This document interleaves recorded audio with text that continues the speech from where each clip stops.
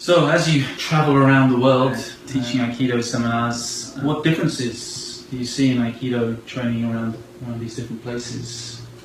Well, I was struck, this past year was the first time that I had gone to Chile. And I don't know whether it's the lifestyle, Jean-René Sensei, I was talking with him about it, he said it's the diet, they eat rice, you know. So I'm not sure what it was, but I was amazed at how, I was invited to co-teach a beginner's class at the university. And I said to the regular instructor, you know, how long have they been training? And he told me, 2 months, I think he said. And we had those jigsaw mats that are pretty firm on a, I think, cement floor. So I thought, ooh, okay.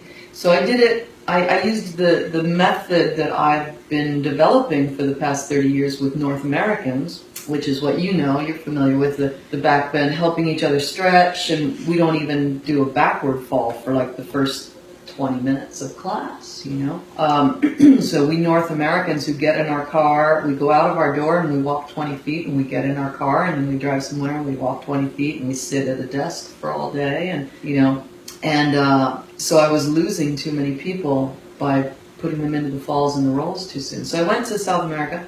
I taught my 30 or 40 minute slot, just introducing the backward fall. And then I bowed out, and then the Peruvian teacher got up front, and he started throwing these beginners all over the place. And they were fine. They were fine. I mean, the rolls were like all, they didn't have the rolls perfected. They weren't landing on the correct line or anything. And they were fine. Wow. So I'm not able to do that in North America. We've developed different bodies somehow. I don't know what it is. Yeah. So that's one example. Dirk Sensei, how about you? Well, I have some similar experiences, and also I think the mindset affects Aikido a lot. Mm-hmm. So if people are very much into this self-defense, whatever this means, if they are in this mood, of course the practice will be very different.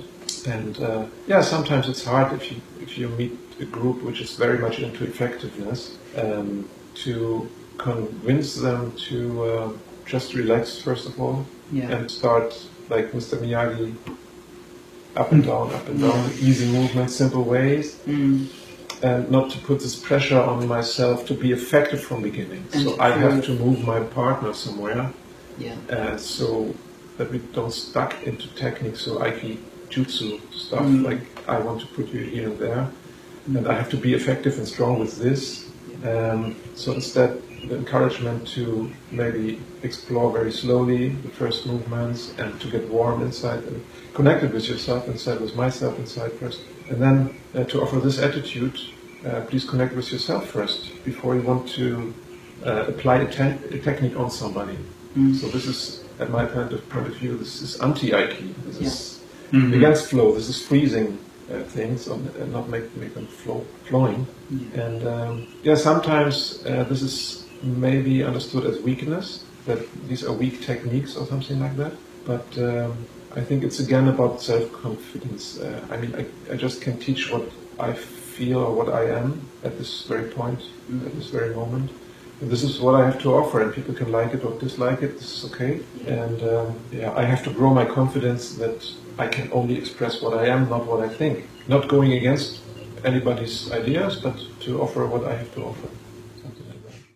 Yeah, I want to just sort of reiterate what Dirk Sensei just said. It's when I first started teaching, period, and then again when I started teaching in other dojos, I had a very strong need to prove myself. And some of the dojos, the mentality is very self-defense, effective martial art. And they want you to prove yourself. And these days, I want to work on my own Aikido. And I want to create an atmosphere in the dojo that will be conducive to everybody learning and everybody experimenting, safely experimenting. And so if somebody is like trying to lock you down and the instructor is saying, try this completely new thing, and somebody's trying to lock you down, you can't try that completely new thing.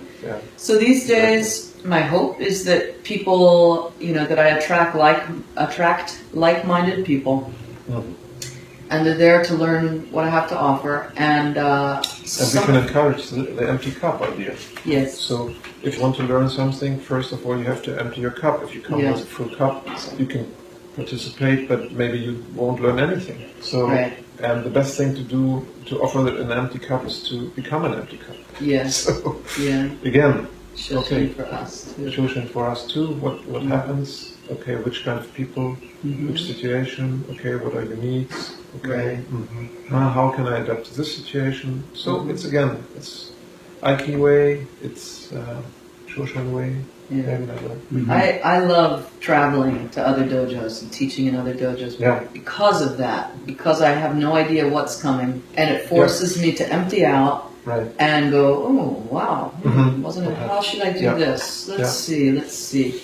And then sometimes and also when I travel, I don't have to answer the phone and answer the email and all of that, which now you're doing so much of that. But still, there's some stuff that I need to do. When I travel to somebody else's dojo, my only job is to teach.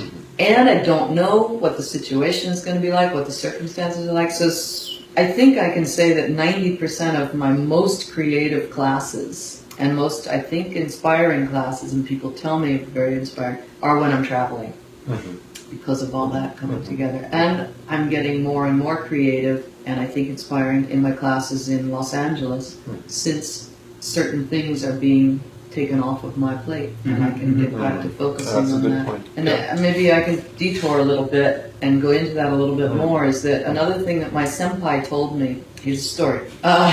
We're sitting around with our beers, and they were saying something about, the current dojo secretary at the time wasn't doing his job. He should do this, and he should do that. He's sleeping on the job. And I was like Shodan or something, and I had been in Japan like a year. And I said, we gotta do this and this and this for sensei because we respect sensei, and then everything was silent.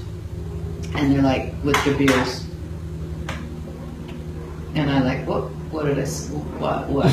And they're like, oh, no, respect. Who cares about respect? These are Japanese senpai.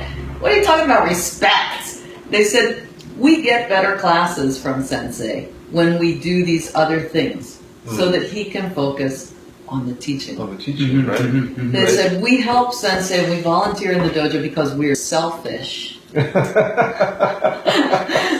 want the best that sensei has to offer. If we take these things from him, we know that he loves Aikido so much, that he's obsessed with Aikido, that if we take these other things out of his brain, he'll put that much more of his brain into Aikido. And so we'll get a better time. That's a good point, It's very interesting. Nice. Interesting, Interesting one reframe of looking at it. Yeah.